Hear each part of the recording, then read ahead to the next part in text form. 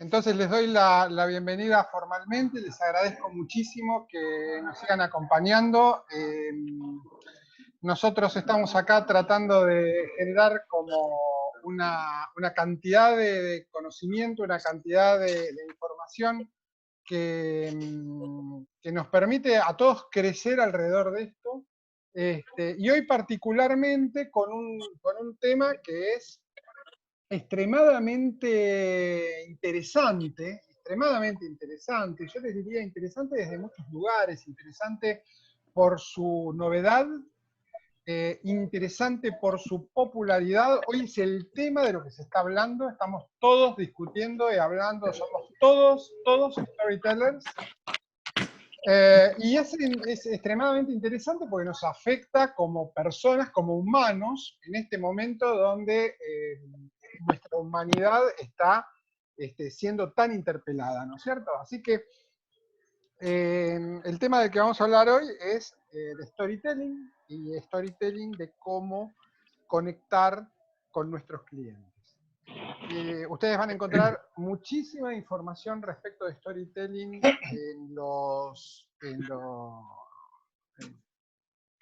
en YouTube, en el Google. Hay mucha bibliografía escrita de storytelling, pero debo decirles que en general lo que ustedes van a encontrar tiene más que ver con el arte literario que con la técnica aplicada a la inteligencia comercial. Es decir, que mucho de lo que ustedes van a encontrar es material que está muy relacionado con cómo escribir una buena historia, cómo crear una hermosa metáfora, pero poco van a encontrar relacionado estrictamente con por qué tenemos que hacer storytelling para vender más, definitivamente. Así que un poco de eso se trata de lo que vamos a hablar hoy. Y si me permiten, voy a compartir con ustedes una presentación que hice para este punto, que es esta que ustedes tienen aquí, y no sé si ya la están viendo, les pediría que me confirmen. Sí, para... sí, hoy sí. Ok. Sí. Bueno, entonces la charla de hoy es storytelling, cómo conectar con nuestros clientes, cómo crear una narrativa de tu negocio para motivar e inspirar a los clientes. Entonces, para poder comenzar, para meternos en este tema tan complejo, necesito pegar como varios saltos hacia atrás. Es decir, voy a tratar de posicionar el tema storytelling en un contexto. Lo primero que tengo que decir y recordar es esta idea de que nosotros estamos aquí en un ciclo de diseño de negocios. Y desde ese lugar, bueno, no podemos dejar de lado la idea de que, la premisa, yo les diría, el principio esencial del problema de diseño de negocios, del pensamiento de diseño de negocios, está en centrar nuestro trabajo en las personas. Es decir, si hay algo que realmente condiciona el pensamiento de negocios, es el enfoque cliente céntrico. Es salirnos de los zapatos, de nuestros zapatos, y por un momento pararnos en los zapatos del cliente con la intención de comprender profundamente cuáles son las razones por las cuales nos va a comprar a nosotros. Si ustedes recuerdan, quienes estuvieron presentes, y si no, voy a hacer una explicación rápida del problema, recordarán que cuando hablábamos del modelo del Business Canvas, partíamos el diseño del negocio, o sea, el diseño del modelo de negocios, de esos segmentos que representaban a nuestros clientes. Y el paso siguiente era necesariamente conectar esos segmentos de clientes con lo que nosotros llamábamos nuestra proposición de valor. La conclusión a la que llegábamos rápidamente era que si nosotros logramos conectar nuestra propuesta de valor, aquello que nos hace elegibles, aquello que nos hace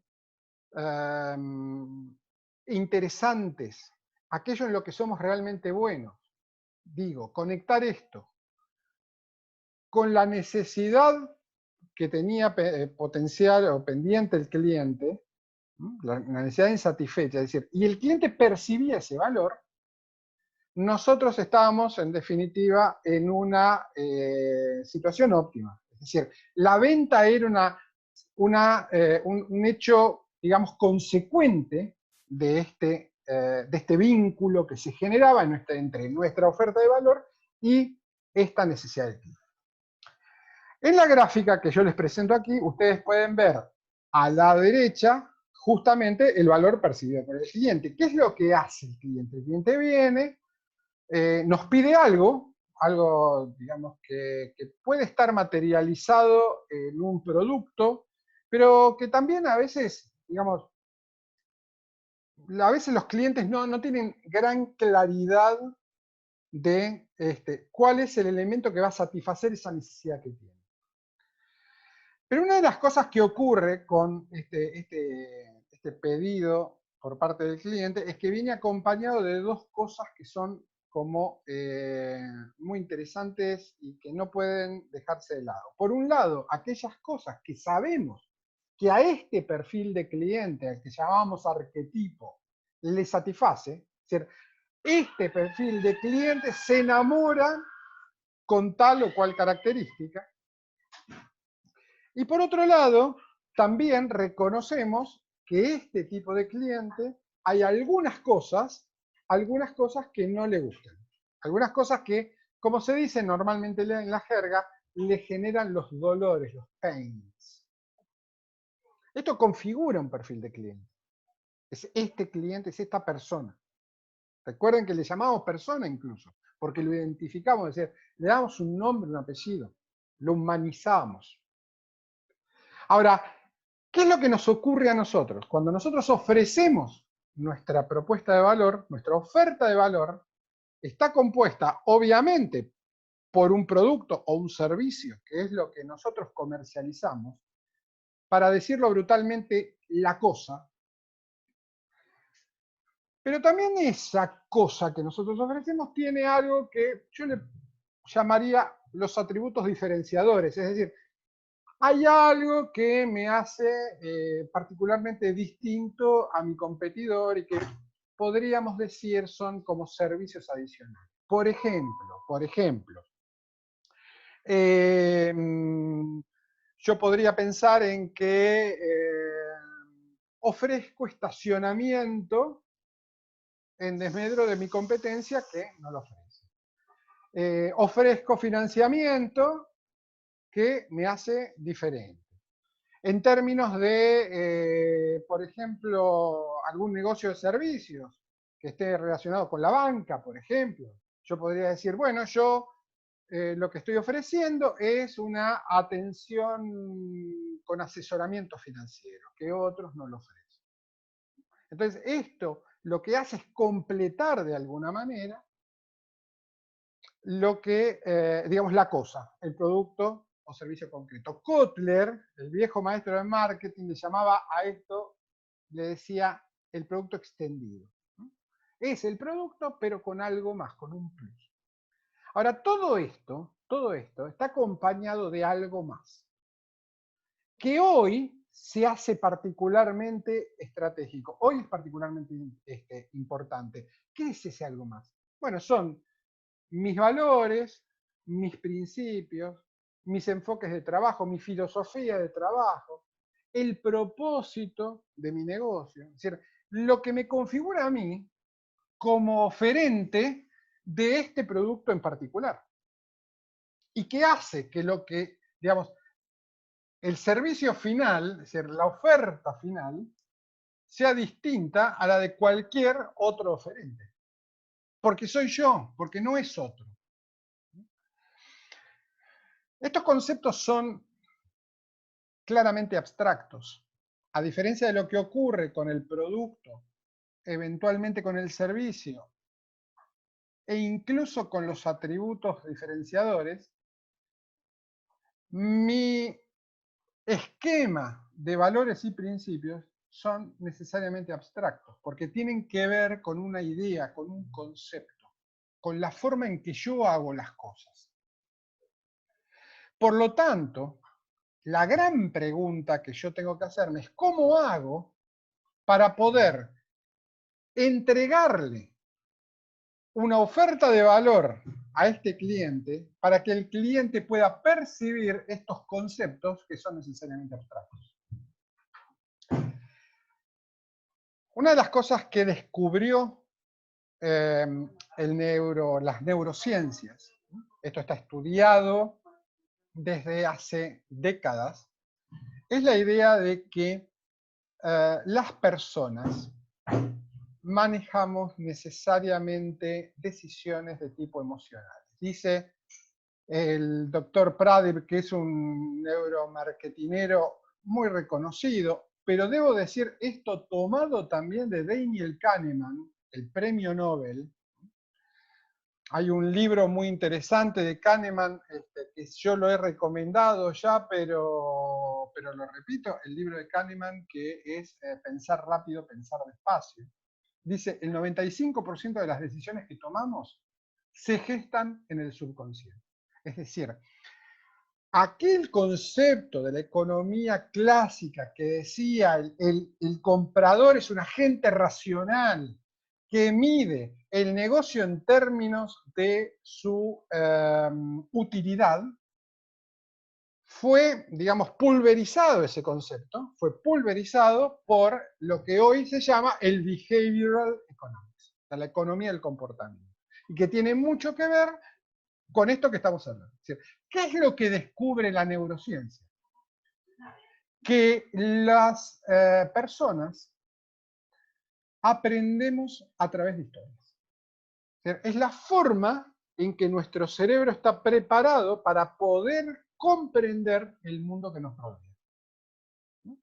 Y que todo lo que llamamos pensamiento lógico es, digamos, como un accesorio. Por eso una de las cosas que ocurre normalmente, y en esto seguramente ustedes estarán de acuerdo conmigo, es que nos pasa muy a menudo que, por ejemplo, estamos en un bar esperando a alguien, o en la cola del supermercado, o en la cola del banco, y entra una persona e inmediatamente comenzamos a fantasear una historia a través de eso. O sea, nos empezamos a imaginar. Cuando tenemos la oportunidad, inmediatamente nuestra mente se traslada a un relato, a un cuento. Claro, los cuentos, las historias, son naturales en el ser humano.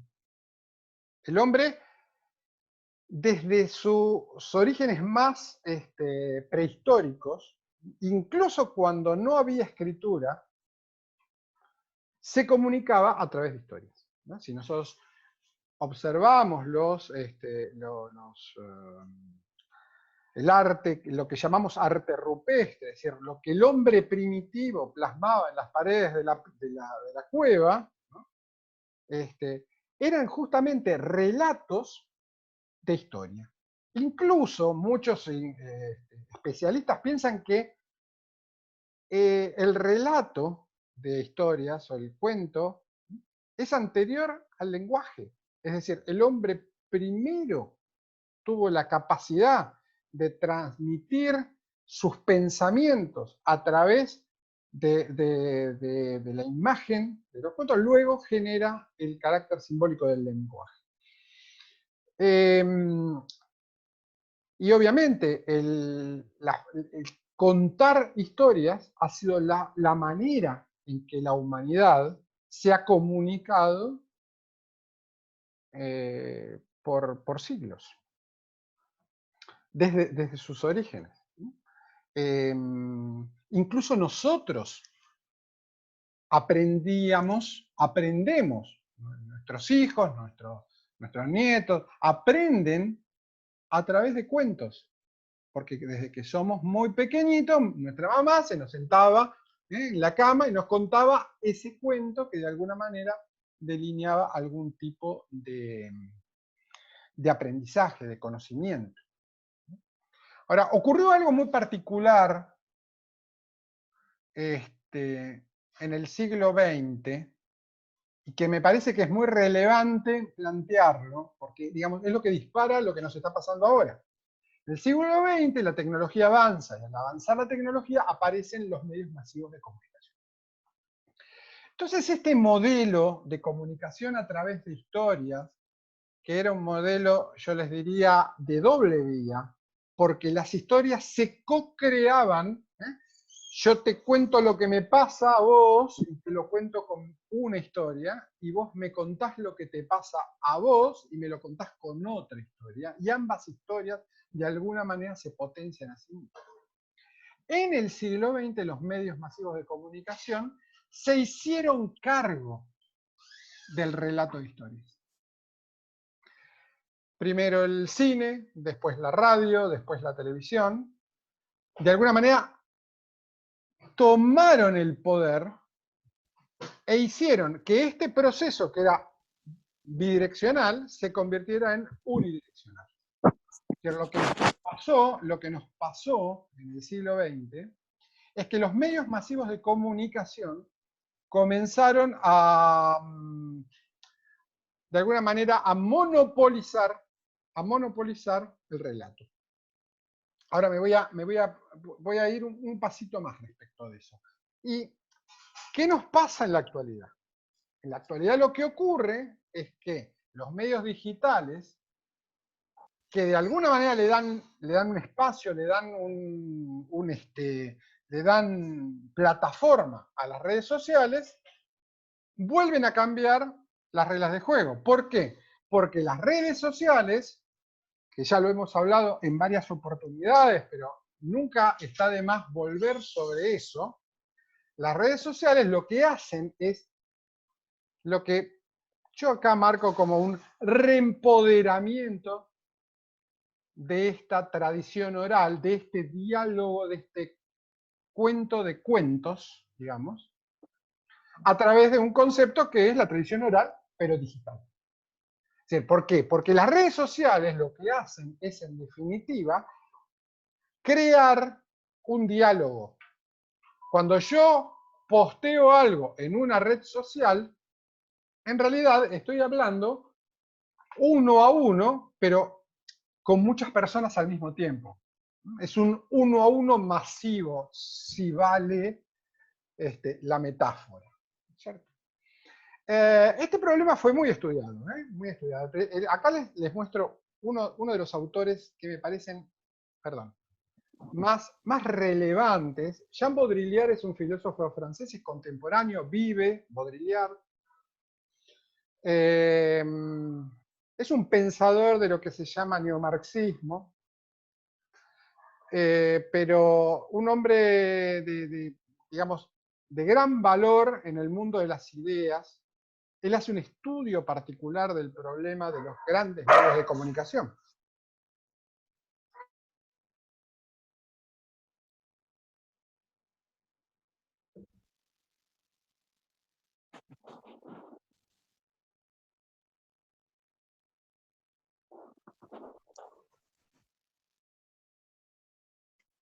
No se está escuchando.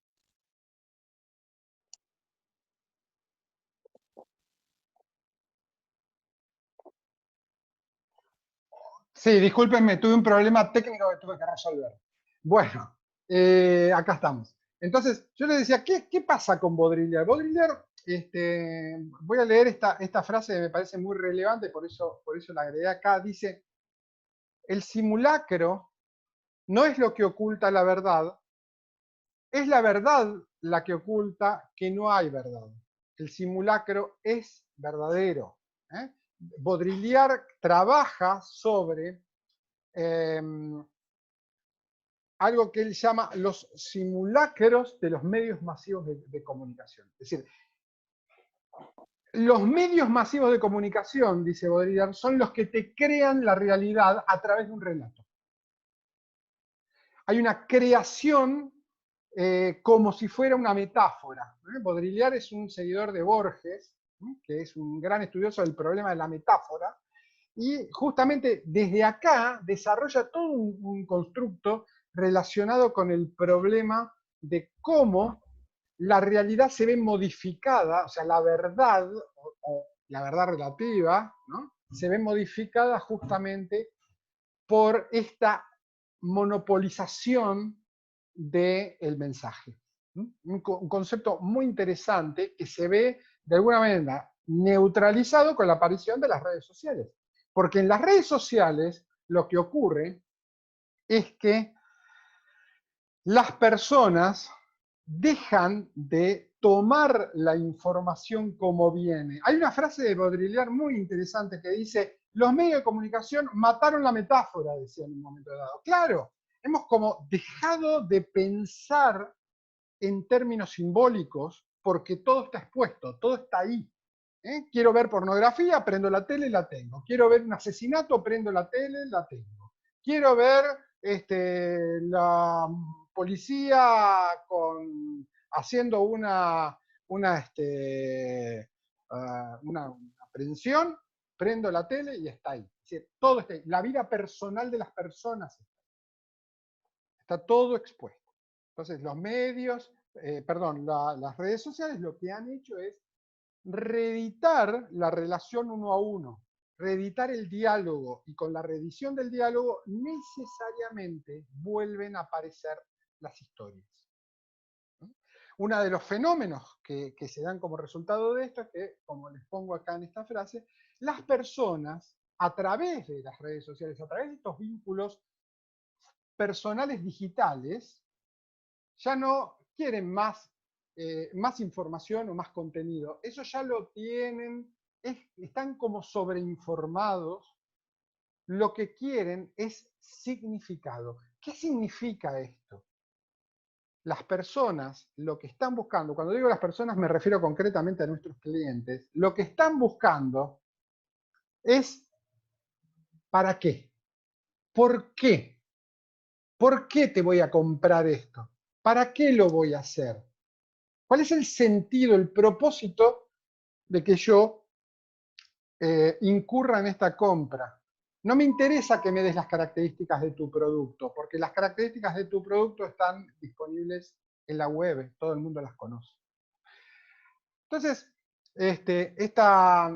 traigo esta frase de Maya Angelou, que fue una activista de los derechos civiles norteamericanos. Esta mujer caminó al lado de Luther King en los 70 y es una escritora muy conocida, y la frase es muy conocida, por eso traigo la frase. Dice: la gente olvidará lo que dijiste, la gente olvidará lo que hiciste, pero la gente nunca olvidará cómo la hiciste sentir.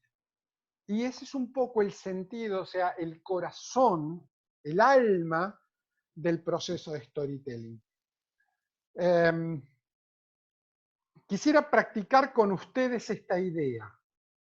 Yo voy a mostrarles ahora un pequeño video y después les voy a preguntar qué vieron en este video, qué experiencia les generó el video. Me gustaría que abran el micrófono y me den alguna opinión respecto de esto, ¿sí? A ver si podemos verlo. No tiene sonido, así que me voy a mantener en silencio para que ustedes puedan apreciar la imagen, que es de lo que estamos hablando.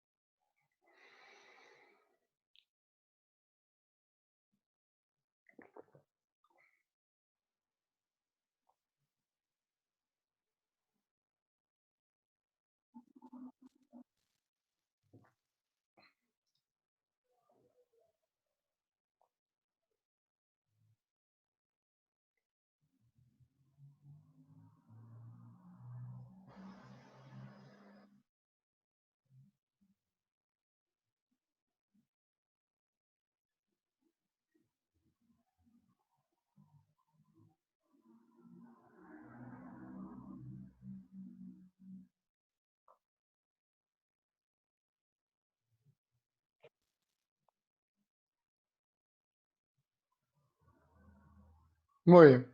Ese es el video. Les pido que me cuenten un poco qué han visto acá, qué les pareció. Está clarísimo. A ver, ¿alguna idea? Yo vi un boliche, la piba se fue al boliche, los viejos la vinieron a buscar y el resto de la historia está a la vista, ¿no? Bueno, ok, puede ser. ¿Alguien más? El que estaba en la habitación se fue con la chica, después de pelearse. Está muy bien, está muy bien. Todos vieron Bueno. una publicidad de Axe. ¿Cómo, perdón? Que todos vieron una publicidad de Axe. Claro. Todos vieron sus chicas, sus Una chicos. publicidad de Axe. A ver, digamos, ¿hay alguien del grupo que solo vio triangulitos, círculos y rayitas moviéndose? No, No. no, No. no. Justamente el experimento de Heider-Simmel es un experimento clásico de neurociencias del año 44. Heider y Simmel son dos, digamos, neurocientistas, son en general médicos que trabajan sobre temas de neurología. Y lo que descubren estos señores son los que descubren que ninguna persona puede transcurrir más de 1 minuto y medio, dice la tesis de Heider-Simmel, sin convertir lo que está viendo en una historia. Es decir, que probablemente cuando el video largó, muchos fue triangulitos, círculos, etc. Pero rápidamente comenzaron a pensar en términos de cómo debería, como humanizar, si se quiere, el proceso. Y a esto, o sea, en el proceso de humanización, hasta le dimos como una emocionalidad. Yo, por ejemplo, no vi un boliche. Cuando lo hice por primera vez, no vi un boliche. Lo que vi es una cosa de un evento de violencia familiar. Yo lo que vi es un padre que quería cascar al hijo, entonces venía la madre y lo salvaba, bueno, toda una serie de cosas relacionadas con eso, ¿no es cierto? Ahora, ¿cómo llego ahí? ¿Cuál es la construcción de mi subconsciente que me lleva hasta ese punto? Bueno, yo no lo conozco, digamos, no lo conozco, pero voy a utilizarlo, voy a servirme de esto para poder generar algún tipo de emocionalidad en el mensaje que le voy a llevar a mi cliente. Entonces, en este punto, debo necesariamente, a ver si puedo poner esto acá para que se vea, debo necesariamente definir qué es storytelling. Entonces, esta es una definición que escribí yo mismo, porque las definiciones de storytelling definen este concepto como el arte de contar historias. En general, si ustedes se fijan en la bibliografía, storytelling es el arte de contar una historia. Bueno, yo creo que storytelling es algo mucho más que un arte. Es una disciplina que incluye el arte, porque una de las cosas que vamos a ver es que la creatividad es muy poderosa a la hora de escribir una historia, de contar una historia, pero también tiene que ver con un enfoque de trabajo y tiene que ver con alguna forma de metodología que yo voy a tratar de contarles rápidamente. Sí, también debo contarles que storytelling, y por lo que venimos viendo, está dentro del mundo del pensamiento de diseño. Storytelling es como digamos, como una vía para hacer fluir el pensamiento de diseño, para poder llevar justamente el atributo de valor a nuestros clientes, ¿no es cierto? Entonces lo defino como storytelling es contar una historia usando lenguaje emocional y sensorial. Recuerden que es a través de los sentidos que captamos la realidad para comunicar la proposición de valor del negocio. Y entonces acá les presento a una de los dos personajes más interesantes que tengo para presentarles. Vieron que yo de alguna manera siempre les muestro algún influencer de cada uno de los temas que tocamos. En este caso voy a presentarles a Eva Snider, que es una holandesa muy genial, a la que sigo por las redes sociales y sigo a través de sus escritos.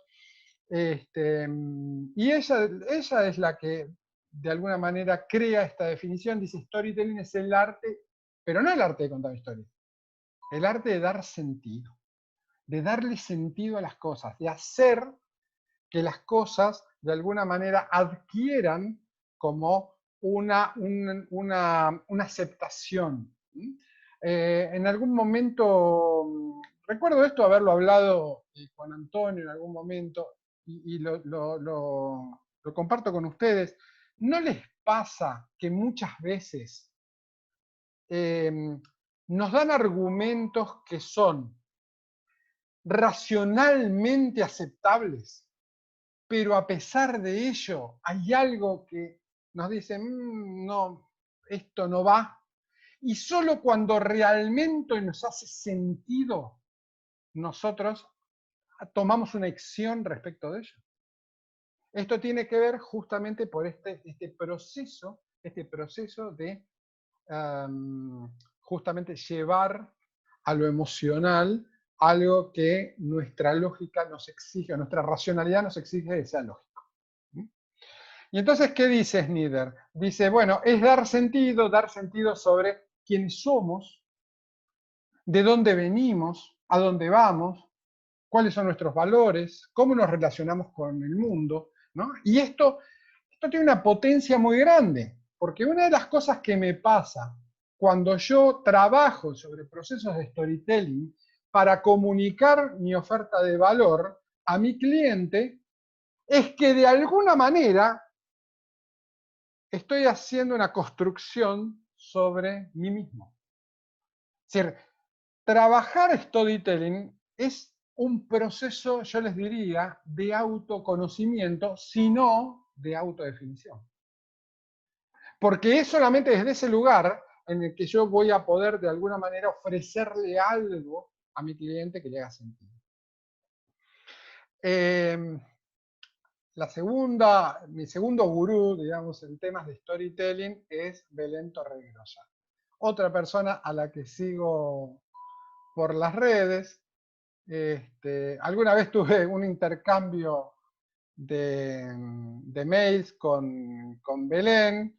Es una persona extremadamente inteligente que sabe muy bien, digamos, cuál es el sentido del storytelling desde el momento en que es filóloga. Una carrera muy rara que tiene que ver con el estudio de los libros, digamos, de lo escrito. Es filóloga alemana, se dedica a la literatura alemana. Y entonces dice Belén Torregrosa, al cliente, dice, una buena historia conecta cuando el cliente entiende por qué lo haces. El cliente, al cliente no le interesa qué es lo que haces, lo está viendo, lo tiene ahí, pero sí le interesa por qué lo haces. ¿Y sabes por qué le interesa por qué lo haces? Porque como muchas veces lo he planteado, una de las cosas que nos está ocurriendo es que nosotros vamos a comenzar a funcionar en términos de comunidades. No es una casualidad que nosotros hoy nos estemos reuniendo permanentemente pensando en cosas que nos unen.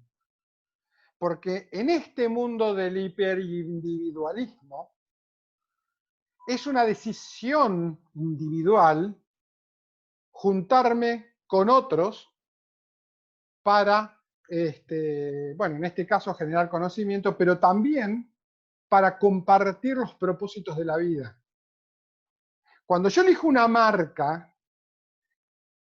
y les pido que todos reflexionen sobre nuestro propio comportamiento de compra, digo, cuando yo elijo una marca, lo hago porque hay algún elemento que me vincula, que, a ver si sirve esta palabra, que me simpatiza, como los materiales, con este proveedor.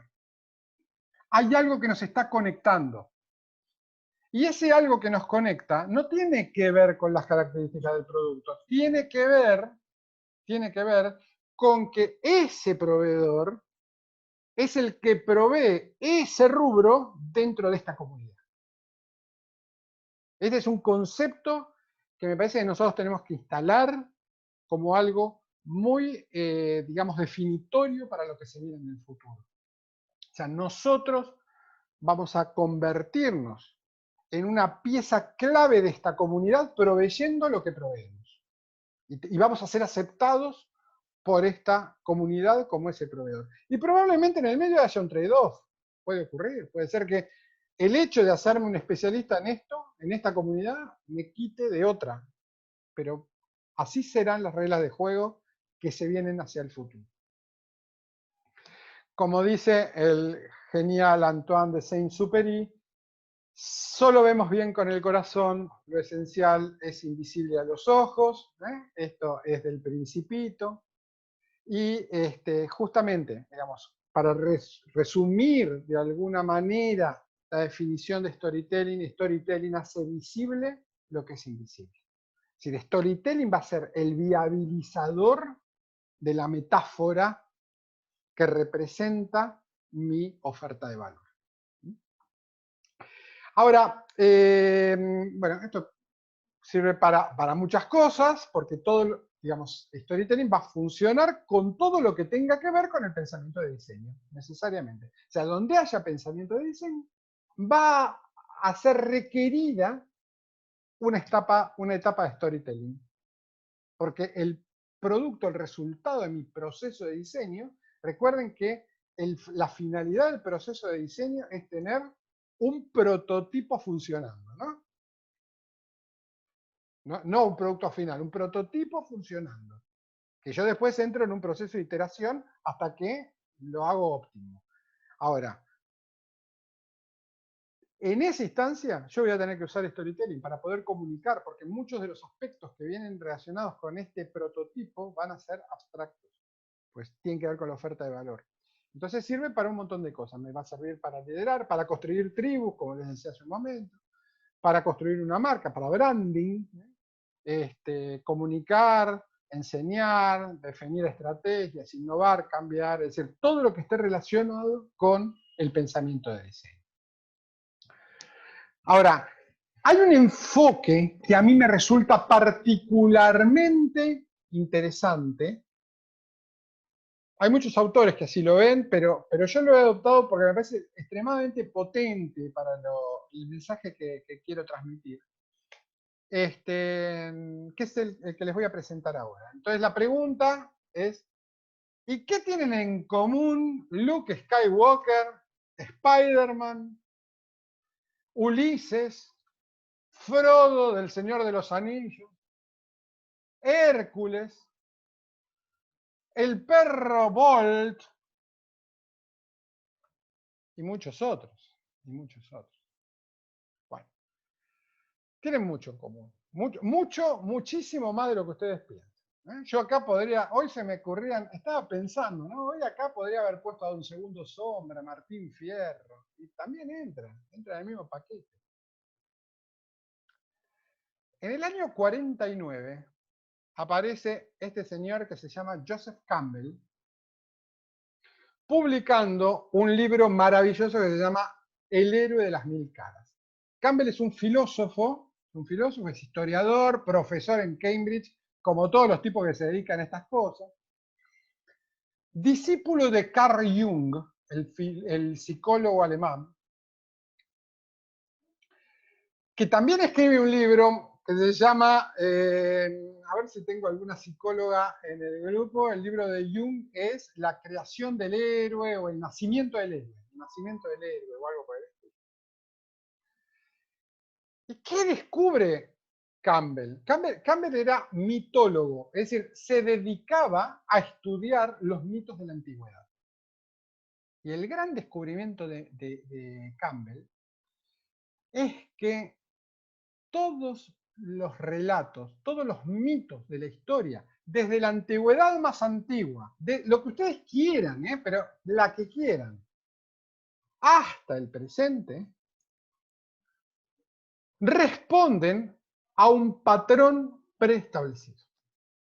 Él descubre el patrón, empieza a hacer las comparaciones, y a ese patrón le pone de nombre el viaje del héroe, o el camino del héroe, lo van a encontrar con diferentes nombres, en inglés es The Hero's Journey. Dice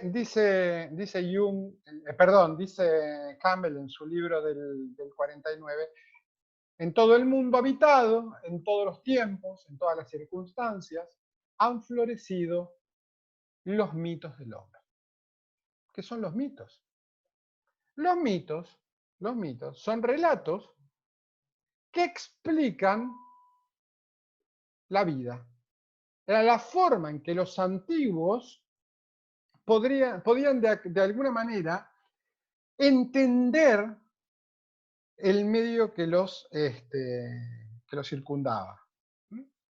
Entonces, Campbell empieza a trabajar con el problema de los mitos, como les decía, encuentra una metodología, encuentra pasos, hay pasos, etapas en el viaje del héroe, y una de las primeras cosas que descubre es que todo mito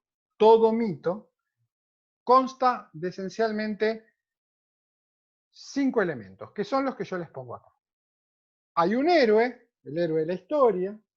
Ahora les voy a explicar lo que le pasa al héroe, y seguramente a ustedes les va a hacer mucho sentido lo que les voy a decir. Hay un mentor, hay un objeto mágico, hay valores que están encerrados en esa historia, y hay una moraleja, como una especie de enseñanza resultante de esta moraleja.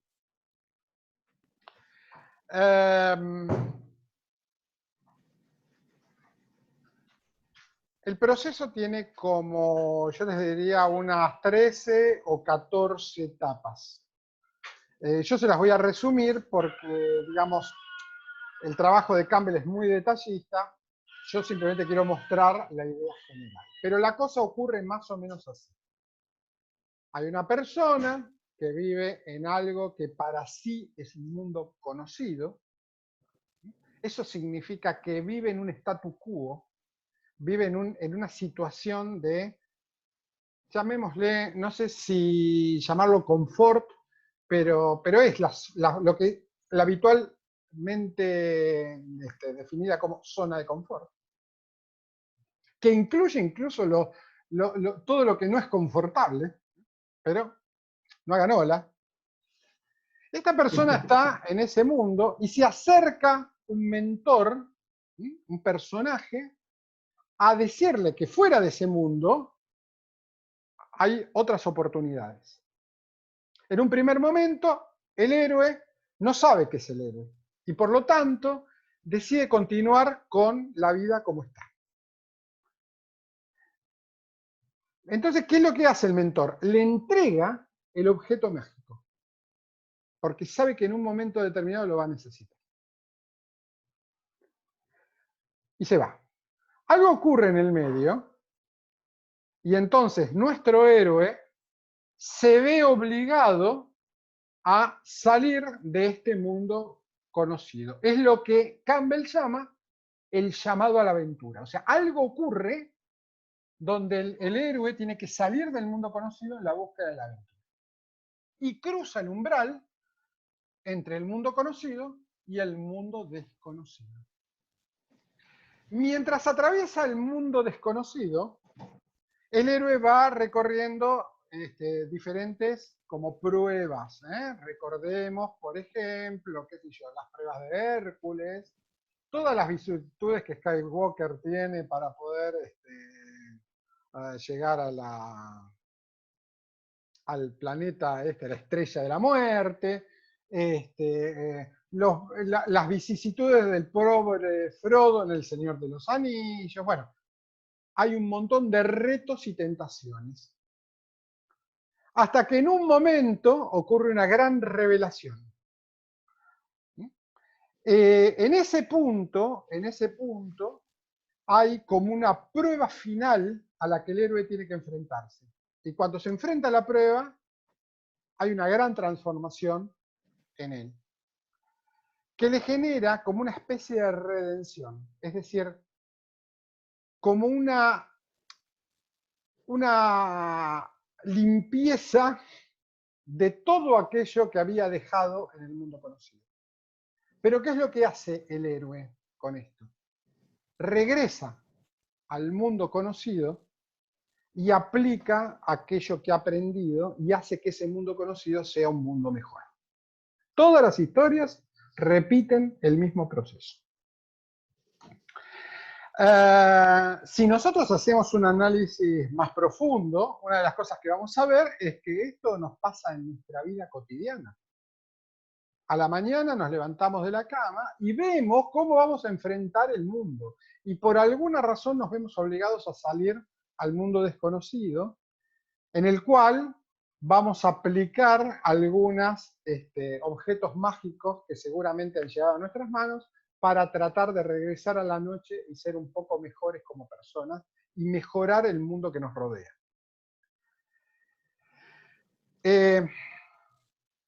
Todo esto tiene una connotación de sentido, hay un propósito, hay un viaje de propósito. Algunos analistas literarios llaman a esto el viaje iniciático, que te transforma, porque es el propio viaje el que te transforma, ¿no es cierto? Piensen en Don Segundo Sombra, piensen en tantas historias donde el héroe se convierte luego en algo superador.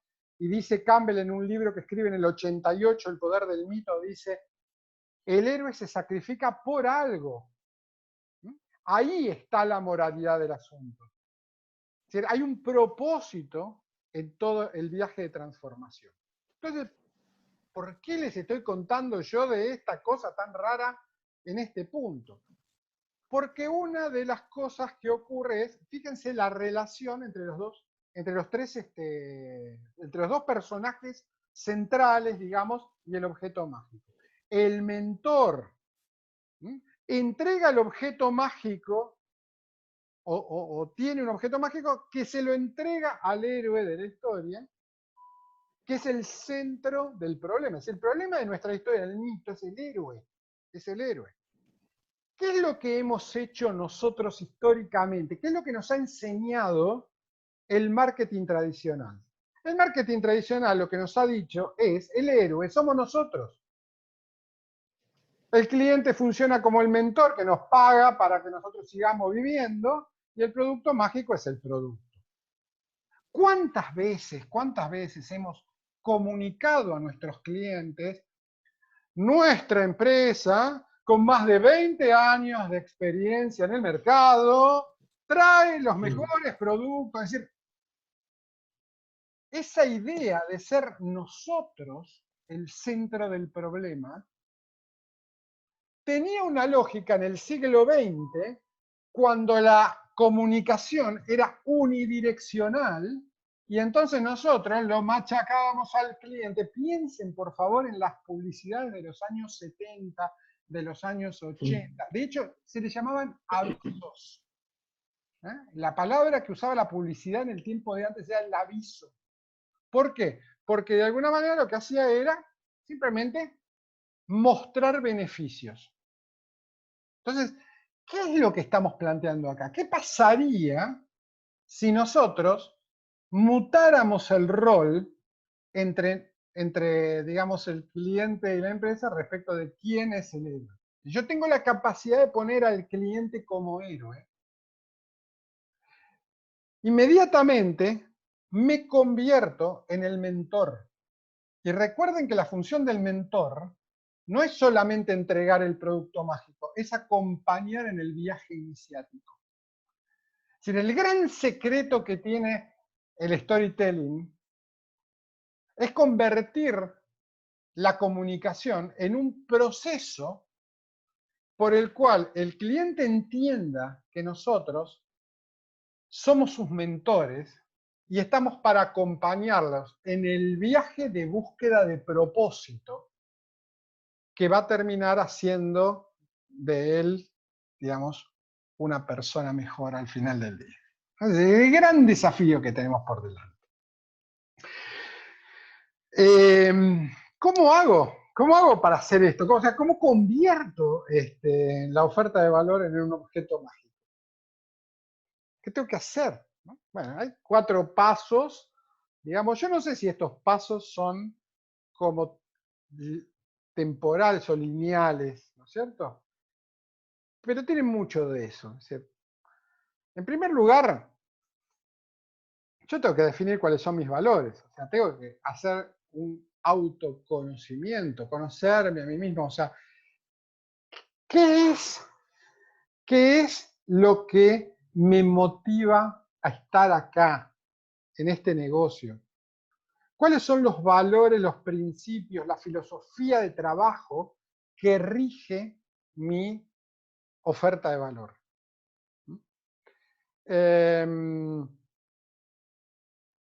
Como decía Belén Torregrosa, al cliente lo que le interesa saber es por qué lo haces. ¿Por qué lo haces? ¿Por qué estás ahí? Bueno, en segundo lugar, si yo tengo estos valores, en definitiva, ¿cuál es la moraleja de la historia? ¿Por qué lo hago? ¿Qué aprendí de todo esto? Justamente lo que aprendo es cuál es la enseñanza de la historia. Es decir, ¿qué me deja esta historia? ¿Qué me deja esta historia como resultado? Y por supuesto, al final, hay un llamado a la acción. ¿Cuál es la forma, de qué manera este objeto mágico que te estoy entregando, que es en definitiva la oferta de valor, este objeto mágico va a cambiar tu vida? ¿Cómo lo va a hacer? Entonces, valores, moraleja, aprendizaje o enseñanza, llamado a la acción. Las 4 etapas que de alguna manera convierten la oferta de valor en un objeto mágico.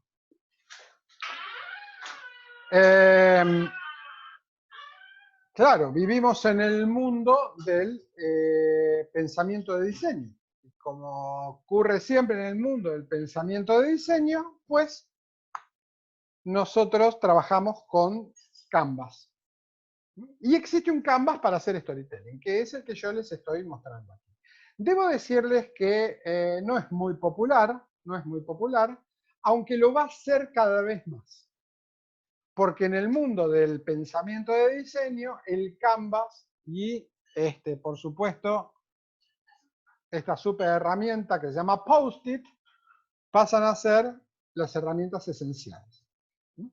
Entonces, como hago habitualmente, voy a hacer una adaptación, porque este está en inglés, pero voy a hacer una adaptación y se las voy a enviar para que ustedes de pronto puedan pensar un poco respecto de esto.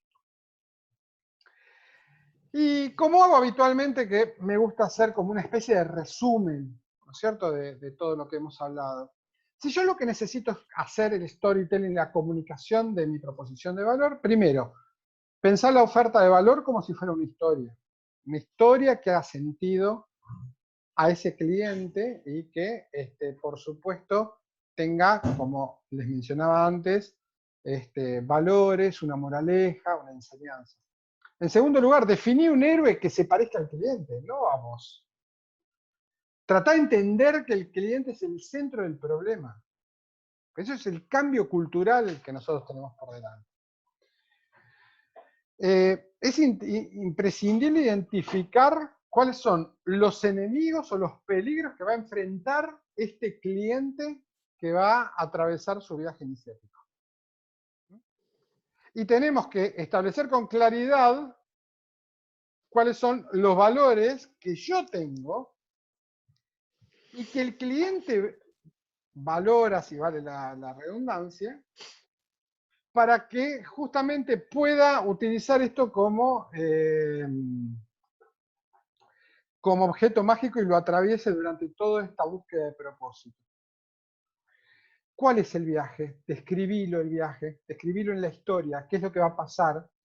Y es muy importante cómo vos, como proveedor de la oferta de valor, lo vas a acompañar en ese viaje. ¿Cómo va a ser eso? Y en las redes sociales, que el otro día un poco conversamos respecto de esto, en las redes sociales, dejá de usar las redes sociales como si fuera un medio masivo de comunicación, porque eso es unidireccional, ya pasó. Dejá de hablar de vos, y una de las cosas que recomiendo es permitir que los contactos, ¿no? Que tus amigos, contactos, no sé, según la red social, como se llamen, cuenten ellos sus propias historias y de qué es lo que hacen y cómo lo hacen con tu propuesta de valor. Bueno, y ahora hay que ponerse a escribir historias. Así que los invito a justamente a eso, a que dejen fluir la imaginación y que empiecen a investigar un poco más sobre esta cosa tan maravillosa que es el mundo del storytelling. Muchas gracias. Abrimos los micrófonos. Quien tenga alguna pregunta, alguna duda, un comentario, muy valioso acá los comentarios que ustedes nos hagan. Están abiertos. Ya Luquitas. Hola Luquitas. Hola, Carlos. Bueno. Mira, ahora que me llamó la atención, yo mucha idea no tengo, ¿verdad? Porque, digamos, no soy empresario. No sé si se me escucha bien. Sí. Pero sos un gran debater, Lucas. Pero me llamó la atención que, digamos, que...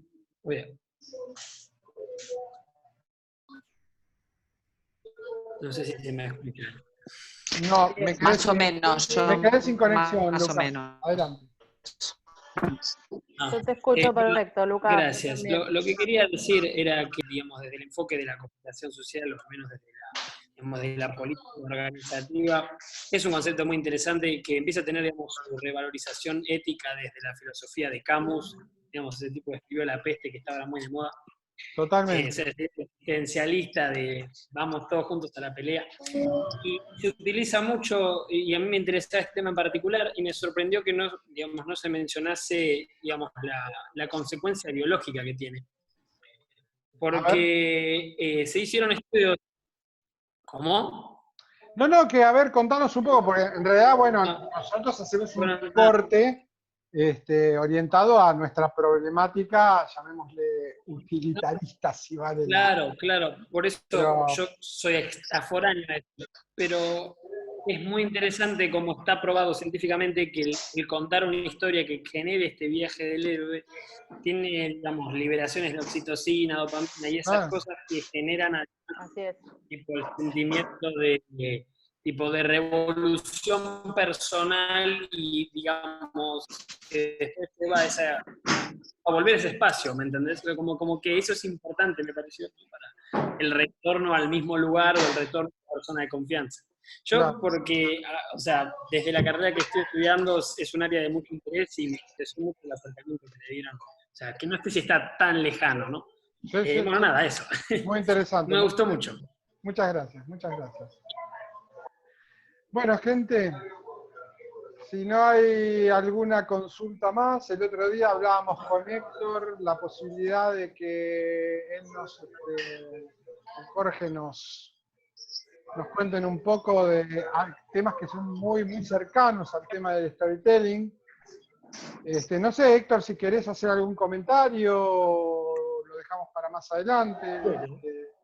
No, en realidad, tanto Jorge como yo, mi hermano, hemos estado trabajando en campos distintos, diferenciados, ONG, la política, el mundo comercial, con Appreciative Inquiry. ¿Qué son? Ni más ni menos, tienen distintos nombres, hay distinta bibliografía, pero podríamos llamarlo diálogos apreciativos, indagaciones apreciativas, de forma tal de que con esto se produce realmente el cambio de las organizaciones. Y tenemos ejemplos concretos de haber logrado cambios fundamentales en el país. Por supuesto que hay historias innumerables a nivel de la ONU. Los diálogos apreciativos han sido utilizados por la UNI, la asociación Los 22.5 son amigos. ¿Cómo? ¿Hay alguien que está hablando? Y bien. Con lo cual también Aguanta un momento, Héctor, que te tuve que... sí, en algún momento entró algo. Ahí ¿Sí? está. A ver, sí. ¿Estamos bien? Estamos ¿Ahora estamos bien? Estamos bien, estamos bien. Sí, en algún momento entró algún ruido. Desde entonces que podríamos, no sé, de acá a 15 días, 2, 3 semanas, establecer una charla también para contarle a toda esta comunidad de intercambio, de experiencias, de información, de sinergia conjunta que podríamos establecer, aspectos o qué cosas se pueden hacer por intermedio de los diálogos apreciativos. Lo dejo a Jorge para que también haga él o transmita él su propia visión. Bueno, yo veo cada vez más puntos en común al acercarme a Design Thinking entre lo que fue para mí el descubrimiento de esta experiencia de Appreciative Inquiry allá en el 2001, cuando la crisis de Argentina, y en ese momento en que uno buscaba reposicionar el pensamiento positivo, me encontré con que esto estaba muy desarrollado y tuve ocasión de participar con el creador de la metodología, que es David Copperrider, que sería como el gurú de este tema, y me sorprendió la vivencia. 200 personas que no nos conocíamos, con chicos de secundario y gente mayor de algunas ONGs como Conciencia, y una cantidad de gente que había en el medio, invitadas, nos introdujimos a la metodología. Yo fui con dudas, pensé, ¿qué es esto? Y fui a verlo, eran 3 días seguidos intensivos, más uno más, en Costa Salguero. La experiencia empezó el primer día, y cuando llegó el mediodía, sentí un wow.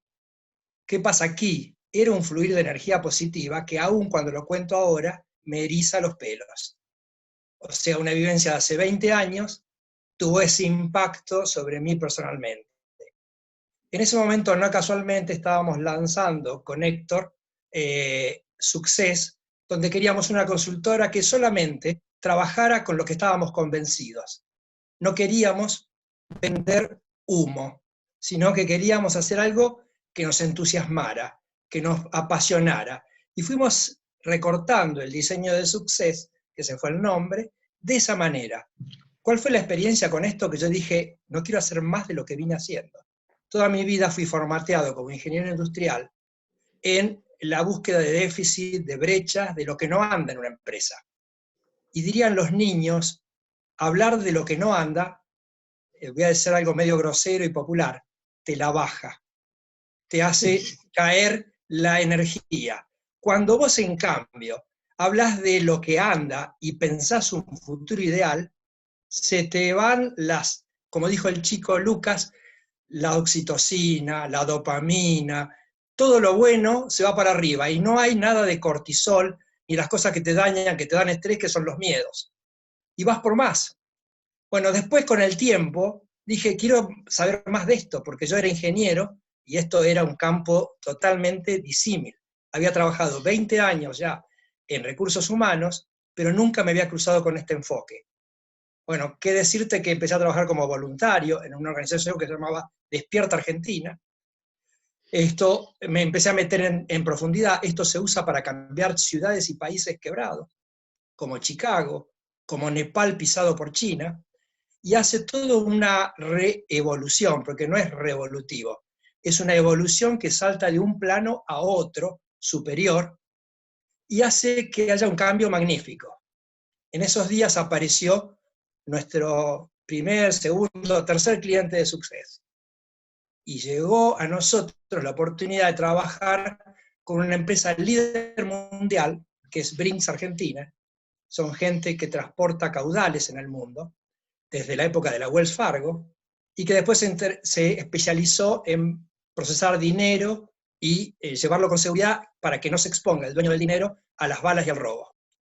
Es líder mundial, está en 170 países. Pues en Argentina perdían plata, sabemos que Argentina es difícil, eran 7 años de perder plata, 3 gerentes generales distintos, y el cuarto, que me conocía por mi trabajo en cambio organizacional en Loma Negra, me invita a que lo ayudemos a dar verde en vez de rojo. Entonces yo con inocencia le dije, mirá, yo acabo de ver una metodología que a mí me voló la cabeza.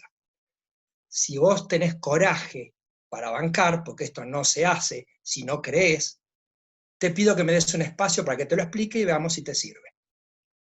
Pues no solo le sirvió, sino que en 6 meses empezaron a ganar plata, se produjo todo un caldo, un fermento de cambio positivo desde adentro, pusimos un becario porque yo iba a seguir mi camino en un momento dado por otro lado, en la minería, y ese becario que terminó de llevar adelante el proceso de cambio sucesivo, iterativo, terminó siendo para Brinks Internacional el líder de organización de desarrollo organizacional. Se lo llevaron de Argentina a Dallas y hizo su carrera allá, porque fue paradigmático el cambio de Brinks en Argentina. Sin conflictos, estábamos llanos. Pues bien, los más pesados de Brinks son los que transportan caudales.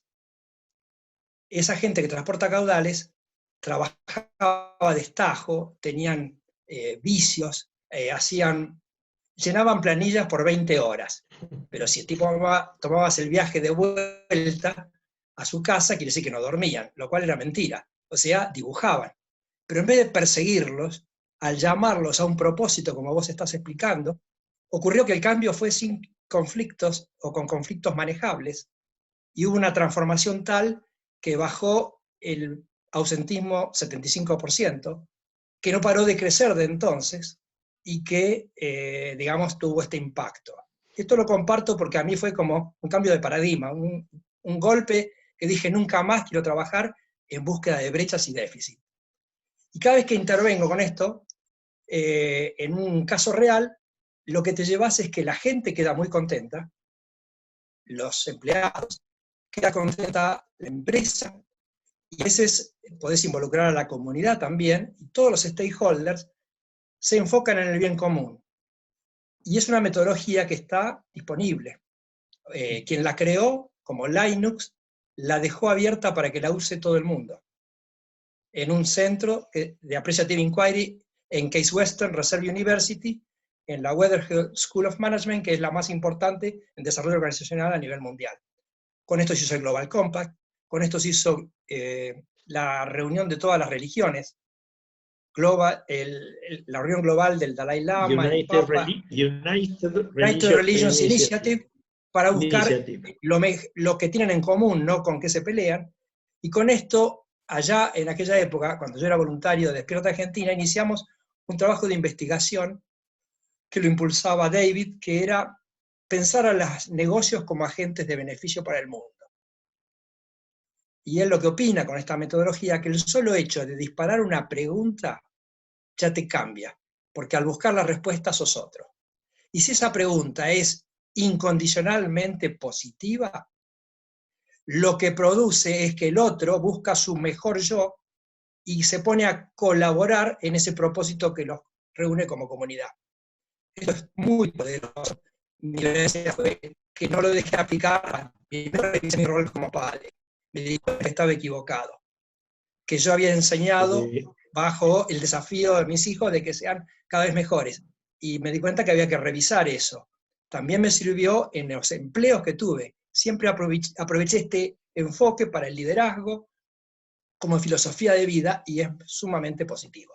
Si quieren que sobre esto hagamos una presentación como estas, en quizás una semana o más, estaremos en condiciones de poder colaborar con este conocimiento. Sí, Jorge, con mucho gusto lo vamos a organizar y bueno, y nos vamos a ocupar de invitar a todos. Perfecto. Bueno, simplemente simplemente, no sé si Antonio vos querías decir algo, si no nos saludamos. Quería contarles del día jueves. Sí. El día jueves vamos a tener una charla sobre cómo hacer el diseño de las interacciones en el proceso de modelización. ¿Cómo vamos? Es un modelo de, perdón, es un diseño del modelo de la experiencia. Por las características que tiene, yo voy a presentar algunos elementos de tipo teórico, pero vamos a convertir la charla necesariamente en un taller. Así que, bueno, quien quiera participar y quiera participar desde su propio negocio, digamos, lo pueden hacer con muchísimo gusto, y tengan por favor preparado papel y lapicera para poder escribir en casa. Trabajar. Así es, así es. Bueno, nada Muchísimas más. Gracias, Carlos. Les agradecemos Muchas gracias. muchísimo, como siempre, habernos acompañado, y nos estamos viendo siempre. Gracias a todos. Gracias, Carlito. Muchas gracias. Chao. Gracias. Hasta luego, Marité. Jueves. Hasta luego, muchas gracias. Saludos.